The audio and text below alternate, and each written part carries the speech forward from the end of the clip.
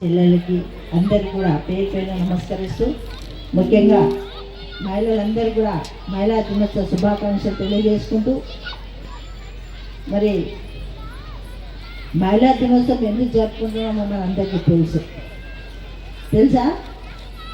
మహిళా దినోత్సవం జరపకుండా ఉండే రోజు కావాలని నేను కోరుకుంటున్నా. మీరేమంటారు? మహిళా దినోత్సవం జరపకుండా ఆ రోజు మనకు రావాలి అంటే మనం పురాణాల్లో వేదాలు కూడా చెప్తారు, అర్ధాంగి అంటే సగం సగం. మరి మనం సగం సగం ఉన్నప్పుడు ఎందుకు దినోత్సవాలు చేసుకోవాలి? ఆ రోజు మనకు కావాలి.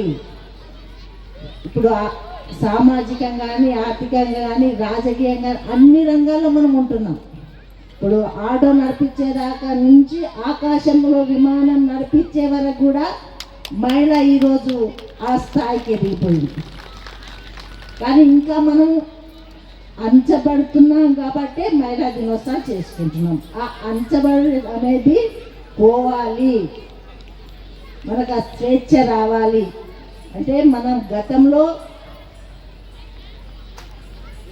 భారతీయ సంస్కృతి ప్రకారం మహిళలు ఒక దేవతలాగా ఉండాలి, ఇంట్లోనే ఉండాలి వాళ్ళకు అనేది బయట ప్రపంచం తెలియవద్దు అనే ఒక ముఖ్యమైన ఆలోచనతో పెట్టింది. కానీ అది రాను రాను ఏమైపోయింది, మనం బలహీనులమైపోయి, మా తమ్ముళ్ళు కోపం రావద్దు,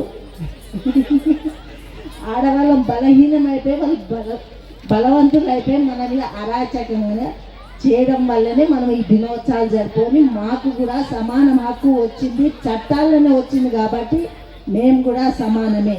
అట్లనే మనకి ఏదో వచ్చిందని కూడా మనం కూడా ఇది చెయ్యొద్దు. కలిసి ఉంటే కలదు సుఖం అంటారు.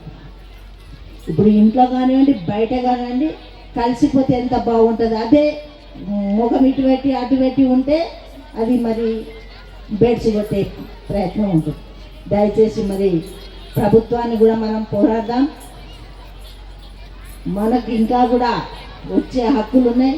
మనకు సపరేట్ కూడా మనకు ఫండ్స్ ఇవ్వమని అడగాలి. మనకు ఉపాధి కూడా కల్పించాలి, సపరేట్గా ఉపాధి కల్పించాలి. అంటే ఇట్లా కొన్ని సంఘాల టైప్ కానివ్వండి, బ్యాంకుల లోను సపరేట్గా క్యాస్ట్ వైజ్గా రిజర్వేషన్ ప్రకారమే మనకు లోన్ ఇవ్వమని మనం పోరాటం చేయాల్సిందే. మరి ముఖ్యంగా మహిళ అంటే ఒక శక్తి స్వరూపినే మహిళ. నేను మీరందరూ ఎట్లా భావిస్తారని అయితే అదృష్టంగా భావిస్తాను. ఆడపిల్లలు పుట్టడము మన అదృష్టం అని అనుకోవాలి. నిజంగా ఒక ఇల్లు కానీ, ఒక దేశం కానీ, రాష్ట్రం కానీ బాగుపడుతుంది, అభివృద్ధిలో ఉంది అంటే మహిళా శక్తితోనే అని చెప్తున్నా నేను. వేదాల్లో కూడా పురాణాలు చూడండి, బ్రహ్మ విష్ణు వాళ్ళకే సరిపోలేదు, రాక్షసును సంహరించాలి. రాక్షసులు దేవతలను ఇబ్బంది పెడుతుంటే వాళ్ళ ఆలోచన చేసి చేసి చేసి వాళ్ళకు సాధ్యం కాకపోతే అప్పుడు మహాకాళి అనే రూపాన్ని మహిళా రూపంగా తీసుకొచ్చి వాళ్ళు సంహరిస్తే అప్పుడు దేవతలు కానీ ప్రజలందరూ సుఖంగా ఉన్నారు. ఈరోజు కూడా అదే విధంగా రావాలని నా కోరిక. మీరేమంటారు? మరి శక్తి మనకుందా లేదా? ఒక ఎగ్జాంపుల్ చెప్తా. ఇంట్లో 2-3 అన్నదమ్ములు కలిసి ఉంటే మనకు ముందే తెలుస్తుంది ఎక్కడో పొరపాటు జరుగుతుంది, అన్యాయం జరుగుతుందని మనం చెప్తాం మన భర్తలకి ఇంట్లో.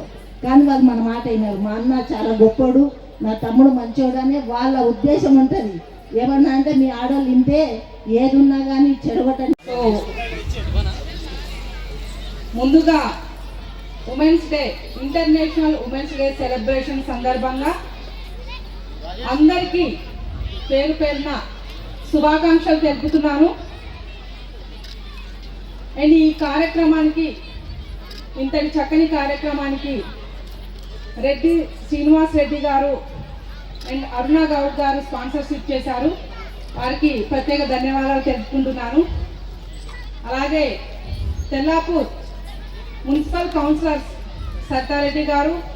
సో ఇంతటి చక్కటి కార్యక్రమానికి నన్ను ఇన్వైట్ చేసి ఇక్కడ మీ అందరిలో భాగంగా నన్ను కలుపుకున్నందుకు చాలా హ్యాపీగా ఫీల్ అవుతున్నాను.